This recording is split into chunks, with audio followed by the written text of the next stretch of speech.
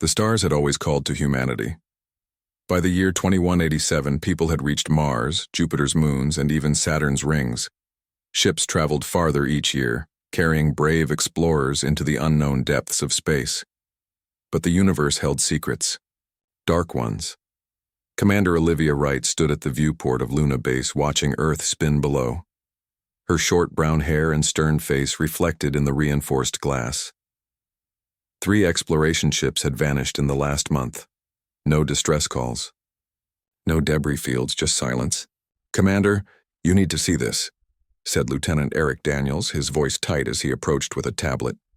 Olivia took the device, her eyes narrowing at the video playing. The research vessel Dakota had sent one final transmission before, disappearing near Neptune's orbit. Static filled most of the recording, but a single phrase repeated by the captain was clear enough. "They feed on fear. Don't let them sense you." "Have we identified what they are?" Olivia asked. Eric shook his head. "No, ma'am, but Dr. Hammond found something on the recovered fragment from the Carolina." The science lab buzzed with activity when they arrived. Dr. Alex Hammond barely looked up from his microscope when they entered. His glasses sat perched on his forehead, forgotten hours ago. "It's alive," he said simply, motioning them closer. "What is?" Olivia leaned in. "This material. It's organic, but not from any Earth species. Look." He stepped aside. Through the microscope, Olivia saw what looked like cells, but they pulsed with an unsettling rhythm, shifting colors from deep purple to sickly green. "This was on our ship's hull?" she asked. "Yes. And it's responding to stimuli in a way that suggests some form of intelligence, even at the cellular level." Dr. Hammond's voice held both wonder and worry. "I've never seen anything like it." "Lisa." Nguyen burst into the lab, her usual calm demeanor shattered. As the base's communications expert, she rarely showed alarm. "Saturn Colony 9 has gone dark," she said, breathing hard. "But before they did, they sent this." She played an audio file on the nearest screen. Screaming filled the room, along with sounds that human throats could never make. Wet, chittering noises interspersed with low vibrations that made everyone's teeth ache. "They're coming," a panicked voice shouted on the recording. "Can't move. Too scared. They want us to be afraid." The transmission ended with a sound like tearing metal. "Get me General Peterson now," Olivia ordered. Within 12 hours, the United Earth Defense Initiative was formed. Representatives from every nation gathered virtually as sensor data confirmed the worst. Something was entering the solar system, moving with purpose toward the inhabited planets. Olivia found herself appointed to the Emergency Council, alongside the top military and scientific minds on Earth. Dr. Hammond presented his findings to ashen-faced officials. "We believe these are bioorganic vessels," he explained, showing enhanced telescope images of the approaching ships. They looked like massive dark jellyfish, pulsing with inner light, trailing tendrils that stretched for kilometers. "And they appear to be alive." "Alive? The ships themselves?" asked the Russian defense minister. "Yes, and they emit a radiation we've never encountered before." The survivors from the Jupiter Science Station described feeling overwhelming terror before they managed to escape. "I believe these creatures, these Vrel as the Jovian team called them, can somehow project or induce fear." General Peterson looked grim. "So they're psychological weapons too." "Not weapons," Dr. Hammond corrected. "Hunting techniques. They don't want to destroy us. They want to harvest us." The following days brought more ships, human ones, back from the outer colonies. Each carried survivors with the same haunted eyes, the same stories of paralyzing fear and shadowy figures that seemed to drink in their terror. On the 7th day, the Vral made their first direct assault on Saturn's mining colonies. Earth's defense forces were ready, but not ready enough. Olivia watched from the command center as the battle unfolded via live feeds. Human warships fired missiles at the approaching Vral vessels. Some hit their targets, causing the alien ships to recoil and leak luminescent fluid into space. But then the Vral counterattacked. No weapons fired, no lasers or projectiles. Instead, the alien ships pulsed with bright light, and suddenly every human in the battle zone began screaming through the comms. "They're in my head," one captain shouted before his feed cut out. "Can't think, too scared," another managed before falling silent. Of the 20 ships defending Saturn's colonies, only 3 managed to retreat. The rest were engulfed by the Vral vessels drawn in by long tendrils. The colonies themselves, home to over 5,000 people, went silent, one by one. "We need to understand what we're fighting," Olivia said in the emergency meeting that followed. "These things use fear somehow. We need to figure out how to counter it." Dr. Hammond nodded. "I've been studying the cellular samples. They respond to neurochemicals associated with fear, cortisol, adrenaline, but they actually seem to shrink away from endorphins and serotonin." "Happy thoughts make them sick?" Eric asked skeptically. "Not exactly, but certain emotional states might be toxic or at least unpleasant to them," Hammond replied. A week later, they got their first stroke of luck. A rescue ship found Captain Ryan Ortiz drifting in an escape pod near Titan. He was the only survivor of the destroyer Nelson, which had been at the center of the Saturn battle. Olivia and Dr. Hammond interviewed him in the medical bay of Luna Base. "They got inside our heads somehow," Ortiz whispered, his eyes darting around the room as if expecting shadows to come alive. "Made us see things, our worst fears. Some people just froze. Others tried to run, but there was nowhere to go. And the more afraid we became, the more excited they got." "Excited?" Hammond leaned forward. "Yes, they fed on it. I could feel them drinking my fear like it was giving them strength." Ortiz grabbed Olivia's arm. "But here's the strange part. I got so scared that I passed out. When I came to, they had ignored me like I was spoiled food." Dr. Hammond's eyes lit up with realization. They need conscious fear, the active production of fear chemicals in an aware brain. That night, Olivia called an emergency strategy session with Earth's top neuroscientists, including Dr. Samantha Kelly, a specialist in fear responses. "If they feed on fear," Olivia said, "then we need to figure out how not to be afraid." As the meeting progressed, sensors detected more Vral ships entering the solar system. This time they were heading directly for Mars, where over 1 million humans had made their home. Humanity was about to face its greatest test. Their fear had attracted predators from the stars. Now they needed to learn how not to be prey. Mars Defense Base Alpha hummed with activity. 1 month had passed since the attack on Saturn's colonies. The Red Planet was now humanity's front line against the Vral. Commander Olivia Wright strode through crowded hallways, nodding to soldiers, who stood straighter as she passed. Captain Ryan Ortiz sat in a small room, electrodes attached to his temples. Dr. Samantha Kelly studied his brain scans on a nearby screen. "Show him the image again," Dr. Kelly instructed her assistant. A hologram appeared, a shadowy tentacle reaching toward the viewer. Ortiz's heart rate spiked. The brain scan lit up like a Christmas tree. "That's it," Dr. Kelly said, turning to Olivia and Dr. Hammond. "His amygdala activates instantly. The Vral created pathways in his brain that trigger fear responses." "Can we reverse it?" Olivia asked. "Perhaps," Dr. Kelly replied. "But more importantly, we might use this understanding to block the fear induction in the first place." Dr. Hammond pointed to a different scan.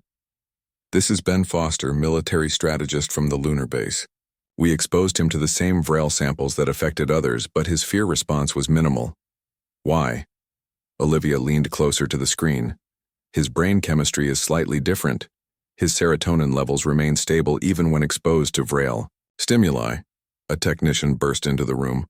"Commander, Vral ships detected approaching Mars orbit." Olivia raced to the command center. The massive view screen showed 12 pulsing bioorganic vessels moving toward the planet. "All defense units launch," she ordered, "and get Foster up here now." The battle for Mars began. Earth ships engaged the Vral vessels, missiles exploding against their membranous hulls. But like before, the Vral pulsed with light, and soon, panic-filled voices flooded the communication channels. "I can't, my hands won't move. They're in my head. So much fear. Can't think. In the command center, people began to tremble as a wave of terror washed over them. Some fell to their knees, eyes wide with horror. But Olivia noticed Ben Foster remained standing, his eyes clear while others around him collapsed. "What do you feel, Foster?" she demanded. "Pressure," he replied calmly. "Like something pushing against my mind, but not fear." Dr. Hammond, his face pale with effort, typed rapidly on his tablet. "The Vrail communicate through empathic channels. They're broadcasting terror. Can we block it?" Olivia gripped the edge of a console, fighting the growing dread in her mind. "Theoretically," Dr. Hammond said, "if we create a neural dampening field tuned to the same frequency." "Do it," Olivia ordered through clenched teeth. Working with Foster and Dr. Kelly, the scientists quickly modified the base's communication array to emit a countersignal. Within minutes, the crushing fear began to recede in the command center. "Broadcast this to our ships," Olivia commanded. The effect wasn't perfect, but it was enough. Earth pilots regained control of their vessels. The tide of battle didn't turn, but it stopped being a slaughter. 3 Vrail ships were damaged enough to retreat, though Mars lost 17 defense vessels in the fight. After the Vrail withdrew, Olivia called a meeting with her team. "The neural dampeners bought us time," she said. "But we need to understand these creatures better." Dr. Hammond displayed new information on the screen. "We've analyzed samples from the battle debris. The Vrail aren't just inducing fear as a weapon. They're harvesting the neurochemicals our bodies produce when afraid." "They eat fear?" Lieutenant Eric Daniels asked. "In a way, yes.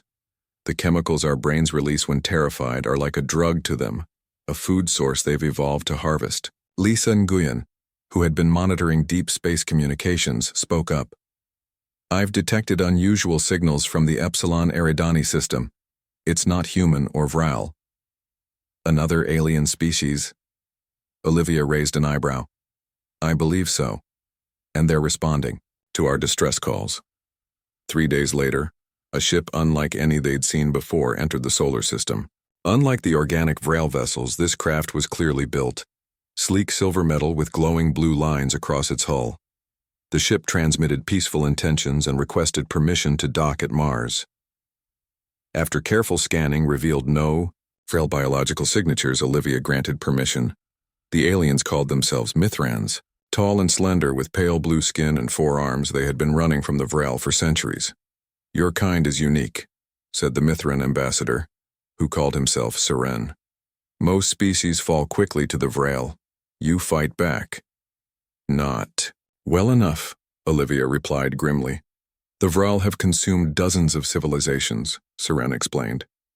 "They seed monitoring devices on promising worlds, then return when the inhabitants evolve enough to develop sophisticated fear responses." Dr. Hammond looked horrified. "You mean Earth was targeted? They've been watching us?" "For millennia, likely," Seren confirmed. "The Vrail are farmers, and you are their crop." The news shook everyone, but it also strengthened their resolve. The Mithrans shared technology, designs for better neural dampeners that could be worn as personal devices. During testing, they discovered something remarkable. "The Vrail recoil from humans more strongly than from Mithrans," Dr. Kelly reported. "When we exposed Vrail tissue samples to different emotional signatures, human patterns caused the most dramatic reaction." "Why?" Olivia asked. "Your emotions are more complex, more intense than most species," Seren explained. "The Vrail cannot easily process the full spectrum of human feelings." This discovery led to a breakthrough. Kira Martinez, a brilliant engineer, developed what she called emotional resonance weapons that could amplify and project human emotional states. "If fear feeds them," Kira explained, "other emotions might poison them." They got their chance to test this theory when a lone Vrail scout ship was detected near Europa. A small Earth vessel equipped with the new technology intercepted it. Instead of broadcasting fear, the human ship projected feelings of courage, hope, and defiance. Emotions, Seren said, the Vrail could not metabolize. The Vrail ship writhed in space, its tentacles contracting as if in pain. It retreated quickly, faster than they'd ever seen a Vrail move. Word spread through human colonies. Mankind had found a weapon. The Vrel could be hurt, they could be driven back. "We need to take the fight to them," Olivia said during a strategy session. "Find out where they take their victims." According to Mithrin intelligence, Eric reported, "There's a processing ship near the Kuiper Belt. They keep harvested beings there while extracting their fear." "So there might be survivors from Saturn?" Dr. Hammond asked. "Possibly," Saran answered. "The Vril preserve their food sources for as long as possible." Olivia stood, her decision made. "Then we launch a rescue mission. Not just for our people, but to show the Vril that humans aren't prey. We're predators too." As they prepared for the mission, a message arrived from Earth. The Planetary Defense Council had officially named the alien threat. Humanity now knew what to call the monsters that had brought terror from the stars. The Vril. And for the first time since they arrived, the name carried no fear, only determination. The rescue mission to the Vril processing ship would be dangerous. Commander Olivia Wright knew this as she stood before the 100 volunteers who had stepped forward. Each person wore a neural dampener on their temple, small devices that blocked the Vril's fear induction. "This isn't just about saving our people," Olivia told them. "It's about showing the galaxy that humans fight back." Lieutenant Eric Daniels had selected 20 soldiers for the mission. They trained with the new emotional resonance weapons, devices that looked like small silver discs. When activated, they projected amplified human emotions outward, like a shield. "Remember," Dr. Hammond instructed during the final briefing, "courage and hope harm them most. Focus on those feelings when you activate the devices." Their ship, the Defiance, was small but fast. Admiral Natalie Garcia, the stern-faced leader of Earth's combined fleet, had personally selected it for the mission. "Get in, free who you can, and get out," Admiral Garcia ordered. "We'll have the fleet ready if you need extraction." Marcus Johnson piloted the Defiance. He had lost his family in the Jupiter colony attack and volunteered immediately when he heard about the mission. "The processing ship is massive," Seren the Mithrin warned as they approached the Kuiper Belt. "Your people will be kept in stasis pods while the Vril feed on their fear." "Can they be safely removed from the pods?" Dr. Hammond asked. "Yes, but quickly. The longer they stay, the more permanent the damage to their minds." The Defiance's cloaking technology, enhanced with Mithrin designs, kept them hidden as they approached. The Vril processing ship came into view, an enormous dark mass that pulsed with sickly green and purple lights. Long tendrils extended from its center, connecting to smaller pod-like structures. "Those smaller sections are the holding areas," Saren explained. "Each one might contain hundreds of captives." Marcus guided the ship toward the nearest pod structure. Using cutting tools, they created an entry point and moved inside. The air felt thick and humid. The walls pulsed like a beating heart. "Stay focused," Olivia reminded her team as they moved deeper. "Don't let your emotions wander." They found the first stasis chambers in a large circular room. Hundreds of transparent pods lined the walls, each containing a floating body. Humans from Saturn and Jupiter's colonies, but also many other species Olivia had never seen before. "Some of these beings are from worlds destroyed decades ago," Seren whispered, his four hands trembling as he examined the pods. "The Vril keep them alive, trapped in nightmares to harvest their fear." Lieutenant Daniels scanned the nearest pod containing a human woman. "She's alive. Brain activity is high but locked in a fear pattern." Dr. Hammond worked quickly to understand. "The pod systems. We need to disconnect them carefully. Too sudden and the shock could kill them." As they began freeing the first captives, alarms sounded throughout the structure. The walls pulsed faster, turning deep red. "They know we're here," Olivia said. "Work faster." 3 Vril entered the chamber. This was the first time humans had seen them up close. They floated above the ground, their bodies like dark smoke given form, with multiple glowing eyes and tentacles that moved with terrible purpose. "Emotional resonance weapons now," Olivia ordered. The soldiers activated their devices. The air shimmered as waves of courage, hope, and defiance flowed outward. The Vril recoiled, their smoky forms rippling as if in pain. One fled immediately. The other two tried to advance but moved slowly, weakened. Eric fired his conventional weapon. The energy blast tore through one Vrail, causing it to dissolve with a high-pitched wail. The other retreated. "They can be killed," Eric said with grim satisfaction. They worked quickly, freeing as many captives as the Defiance could carry. Among them were 53 humans from the Saturn colonies, including children who had been believed dead as they prepared to leave. Kira Martinez discovered something unexpected in the ship's data systems. "The Vral have a hierarchy," she reported to Olivia. "There are scout ships, hunters, and harvesters. But they answer to something called dreadlords that command from massive hive vessels. Can you access information about these dreadlords?" Olivia asked. "Not much, but there's a star map showing their territories." They downloaded the information and retreated to the Defiance as more Vral converged on their location. The rescue mission had succeeded beyond expectations. They had saved over 200 beings from various species. Back at Mars base, Admiral Garcia reviewed their findings with Earth's leadership.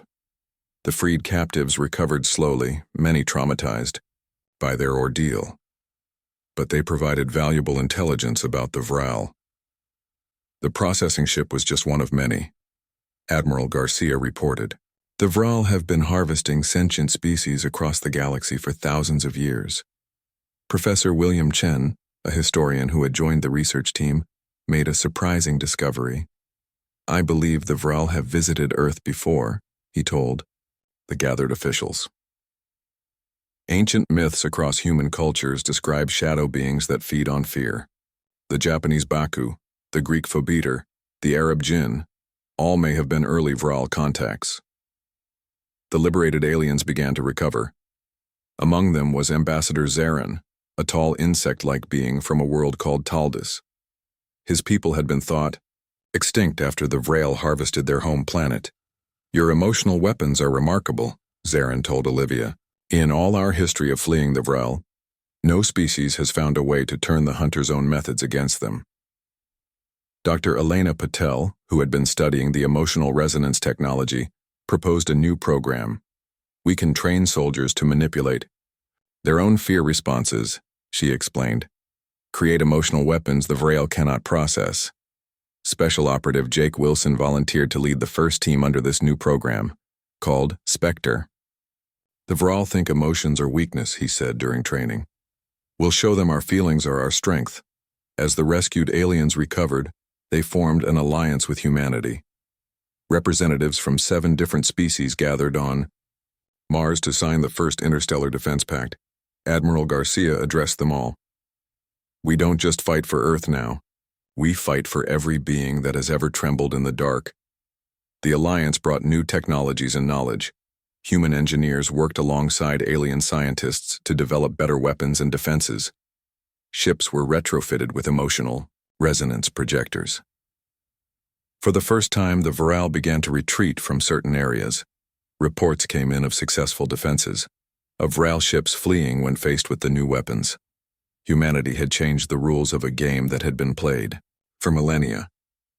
The predators had never faced prey that could fight back through their own emotional channels.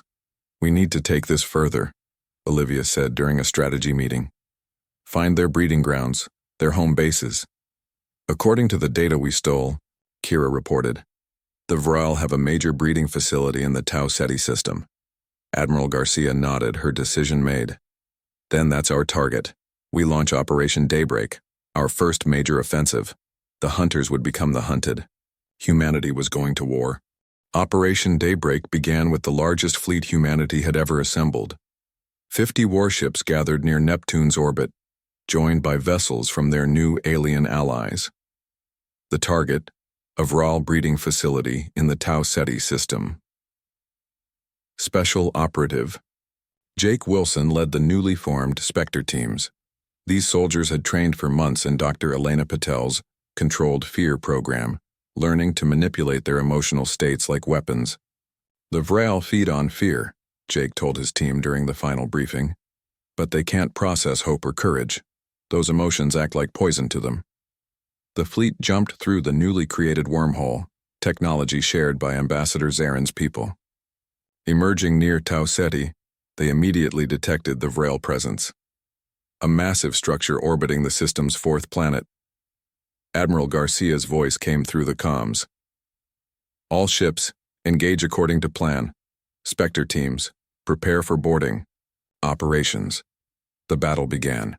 Earthships launched emotion bombs, devices that broadcast synthesized human courage and hope on frequencies the Vrel could detect. The effect was immediate. Vrel scout ships moved erratically as if disoriented. "It's working," Olivia said from her command post on the flagship Determination. "They're vulnerable." The fleet targeted the smaller Vrel vessels first, clearing a path to the breeding facility. The Vrel fought back, their ships pulsing with waves of terror. But the neural dampeners held, keeping the human crews functioning. "Launch boarding shuttles," Admiral Garcia ordered. Jake Wilson's Spectre team led the assault on the breeding facility. Their shuttle docked against the organic hull, cutting tools creating an entry point. Inside, the air was thick and smelled like rotting flowers. "Stay focused," Jake reminded his team. "Remember your training." They moved through pulsing corridors, their emotional resonance weapons creating a protective field around them. They encountered Vrel defenders, the smoky forms moving to intercept them. "Now," Jake ordered. The Spectre team activated their enhanced emotional projectors, focusing on feelings of fierce joy and determined hope.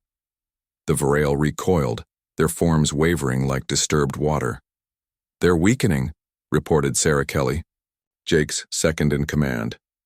The team pressed forward, reaching the central chamber of the facility. There they found something unexpected. Thousands of transparent sacs containing what looked like developing Vrel. The breeding grounds, Jake realized. Dr. Hammond, who had joined the mission as scientific advisor, scanned the sacs with his equipment. "They're in a metamorphic cycle. Vulnerable. Plant the charges," Jake ordered. "We're taking this whole place down." As they worked, a larger Vrel entered the chamber. Unlike the others they had encountered, this one was massive, its smoky form more solid with dozens of glowing eyes. "Dreadlord," Ambassador Zarin whispered, his insect-like body trembling. The Vrel Dreadlord attacked not with fear, but with a psychic assault that bypassed their neural dampeners. Half the team fell to their knees, blood trickling from their noses. Jake fought through the pain, focusing his mind as Dr. Patel had taught him. He activated his emotional resonance weapon to its highest setting and projected not fear, not hope, but love. The emotion the Vrel understood least. The Dreadlord recoiled, its form rippling violently. Jake pressed forward, maintaining the emotional projection despite the blood now streaming from his ears. "The charges are set," Sarah called, supporting a wounded team member. "Fall back to the shuttle," Jake ordered. As they retreated, the Dreadlord recovered and pursued them. In the narrow corridor, Jake made a decision. "Get to the shuttle," he told his team. "I'll hold it off." "But," Sarah began. "That's an order." When his team was safely ahead, Jake turned to face the approaching Dreadlord. He removed his neural dampener, making himself vulnerable to the Vral's fear induction. Terror flooded his mind, images of his worst fears, memories of pain and loss. But Jake had trained for this. He took the fear, acknowledged it, then transformed it into determination. "You feed on fear," he said aloud. "So have a taste of mine, and choke on it." He activated his emotional weapon, channeling his own fear, but twisted into something the Vral couldn't process. Fear accepted and transformed into strength. The Dreadlord surged forward, then stopped, its form convulsing. Jake maintained his emotional projection until the shuttle was away, then ran for the secondary extraction point. The breeding facility exploded behind him as he reached a maintenance airlock. An Allied ship picked him up minutes later. From space, the Vral breeding facility's destruction was spectacular, a blooming flower of fire against the darkness. "Operation Daybreak is a success," Admiral Garcia announced to the fleet. "Return to Sol system." But their victory revealed a disturbing truth. As they examined the data recovered from the facility, Dr. Hammond made a shocking discovery. The Vral aren't acting alone, he reported during the debriefing. There's something controlling them, something they call the hunger. Another species? Olivia asked. I don't think so. The data suggests it's more like an entity, ancient and powerful. The Vral are its instruments. Professor Chen studied the translated texts from the facility. According to this, the hunger has used the Vral for millennia, directing them to harvest sentient life across the galaxy. For what purpose? Admiral Garcia asked. It feeds not just on fear, but on the essence of sentient life itself, Dr. Hammond explained. The Vral deliver this energy to the hunger. This revelation changed everything. The enemy wasn't just the Vral. It was something older, something that had been consuming civilizations for countless millennia. Word of Operation Daybreak's success spread quickly. More alien species joined the alliance, bringing new technologies and knowledge. Ships were retrofitted with improved emotional resonance weapons. The Spectre teams expanded, with Jake Wilson training new recruits in the techniques that had proven effective. Dr. Patel worked with Kira Martinez to develop something new, the emotional resonance drive, which would allow ships to travel undetected by the Vral. The Vral sense emotions, Kira explained. This drive masks our emotional signatures, making our ships essentially invisible to them. As the alliance grew stronger, plans formed for a more ambitious operation, a strike at the Vral homeworld itself. We know where it is now, Admiral Garcia said, pointing to a star map, and we know the Vral can be beaten. Olivia looked at the assembled representatives of the alliance, humans standing shoulder to shoulder with beings from across the galaxy, all united against a common enemy. The Vral and the hunger have ruled through fear for too long, she said. Now we show them what happens when the galaxy fights back. The final battle was approaching. Humanity, once just another prey species, had become the spearhead of a galactic resistance. The hunters had become the hunted, and somewhere in the darkness between stars, the hunger sensed this change and began to stir. The journey to the Vral homeworld would take everything the Alliance had. Fleet Commander Diana Powell stood on the bridge of Earth's newest flagship, the Defiance II, watching as ships from 12 different species assembled in formation. The largest fleet ever gathered in known space, Diana said to Olivia, who now served as her second in command. 300 ships prepared for the final assault. The emotional resonance drive had been installed on every vessel, allowing them to approach the Vral homeworld undetected. Dr. Alex Hammond, now director of xenobiology for the allied species, had spent months studying the captured Vral tissue samples. His team made a breakthrough just days before the fleet's departure. The Vral weren't always like this, he told the Alliance leadership. Their genetic structure shows signs of manipulation. I believe the hunger changed them, turned them into harvesting tools.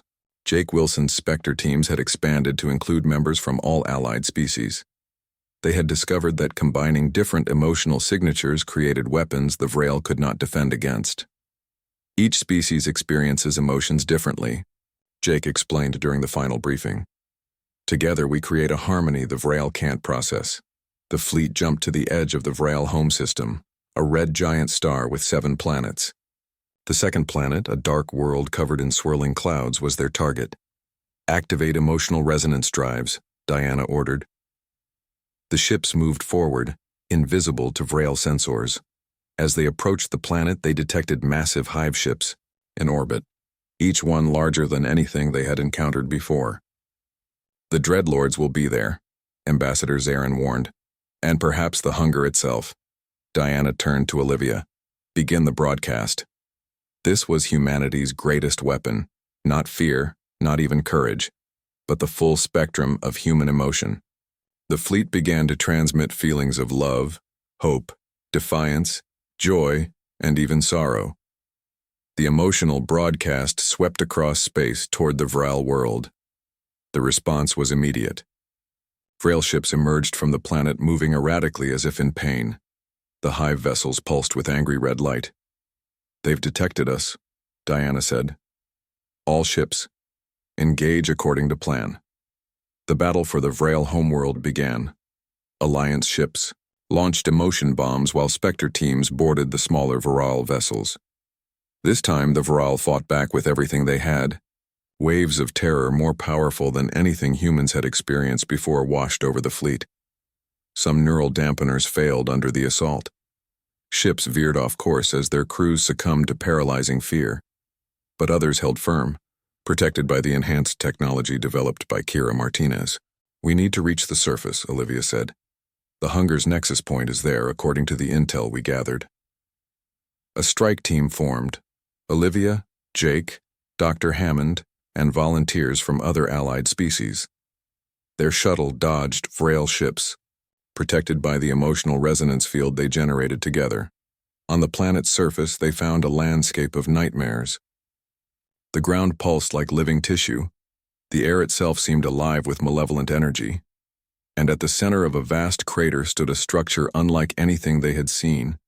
A towering pillar of swirling darkness that reached toward the sky, the Nexus, Dr. Hammond confirmed, checking his instruments. The Hunger's connection point to this reality. As they approached, they encountered not Vral, but something else. Shadowy figures that seemed to shift between forms, their bodies made of the same darkness as the central pillar. "The first voice," Ambassador Zarin whispered in fear. "The original servants of the Hunger." One of the shadowy beings approached. Unlike the Vrel, it did not attack with fear. Instead, it spoke directly into their minds.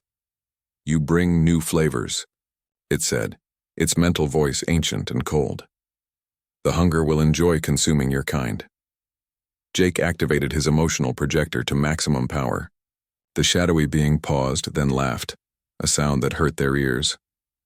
"Your weapons cannot harm us as they harm our tools," it said, referring to the Vral. "We are the first voice. We have served the Hunger since before your world formed oceans." More of the shadow beings surrounded them. The strike team formed a defensive circle, weapons ready. "The Hunger has consumed 1,000 species," the first voice continued. "Yours will be no different." "You're wrong," Olivia replied. "We are different. We fight back." She activated the device Kira had created, the emotional supernova. It required multiple carriers, each contributing their emotional energy to create something powerful enough to reach the Hunger itself. "Now," Olivia called to the team. Each member focused their emotions, not just fear transformed into courage, but the full range of what their species could feel. The device amplified these emotions, combining them into a wave that rippled outward. The shadow beings recoiled. The pillar of darkness at the center of the crater began to pulse erratically. "Keep going," Dr. Hammond urged. "It's working." From orbit, Diana saw the energy wave expanding across the planet's surface. She opened a channel to all allied ships. "Everyone, focus your emotional projectors on the planet's surface. Give everything you have." Across the fleet, beings from 12 different worlds concentrated their emotions. The wave grew stronger, washing over the Vral homeworld. The pillar of darkness began to crack, light shining through the fissures. The shadow beings wailed, their forms dissipating in the emotional tsunami. And then, with a sound that seemed to tear reality itself, the pillar shattered. A shockwave rippled outward, knocking the strike team to the ground. When they recovered, the world around them had changed. The pulsing tissue of the ground had stilled. The malevolent energy in the air was gone, and the Vral, the ships in orbit, the creatures on the planet, had transformed. Their smoky forms solidified, becoming corporeal beings with multiple limbs and large eyes. But the eyes no longer glowed with hunger. The aura of terror they had always projected was gone. "The connection is broken," Dr. Hammond said in wonder. "The Hunger's control is severed." The first voice who had spoken to them lay on the ground, its shadowy form fading. "Freedom," it whispered. "After so long. Freedom." It explained with its dying thoughts that the Hunger had enslaved the Vral eons ago, twisted them into harvesting tools. The first voice had been the Hunger's original servants, bound for so long they had forgotten what they once were. With the Hunger's connection broken, The Vril began to revert to their original nature. They were not inherently evil. They had been weapons in the hands of something ancient and terrible. 1 year later, representatives from 27 species gathered on Earth to sign the Galactic Covenant. Among them were Vril delegates, their new forms still strange to human eyes but no longer inspiring terror. Olivia, now Admiral Wright, watched as the document was signed. The galaxy was beginning to rebuild. Former enemies now worked together. The Vril used their knowledge to help restore worlds they had once harvested. "We fought monsters," Jake said, standing beside her. "But we found victims instead." Dr. Hammond approached them with a data pad. "I've completed the genetic analysis," he said quietly. "Humans and Vril share certain genetic markers. We may have had a common ancestor millions of years ago."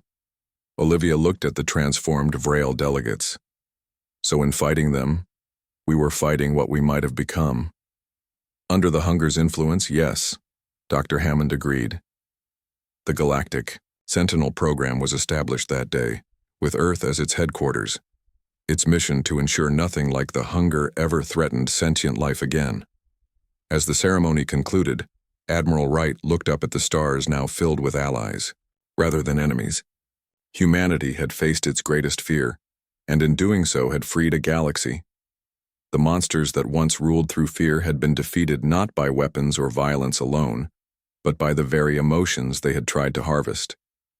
In the end, what made humans vulnerable had also made them strong, and somewhere in the darkness between galaxies the Hunger, wounded but not destroyed, drifted and remembered.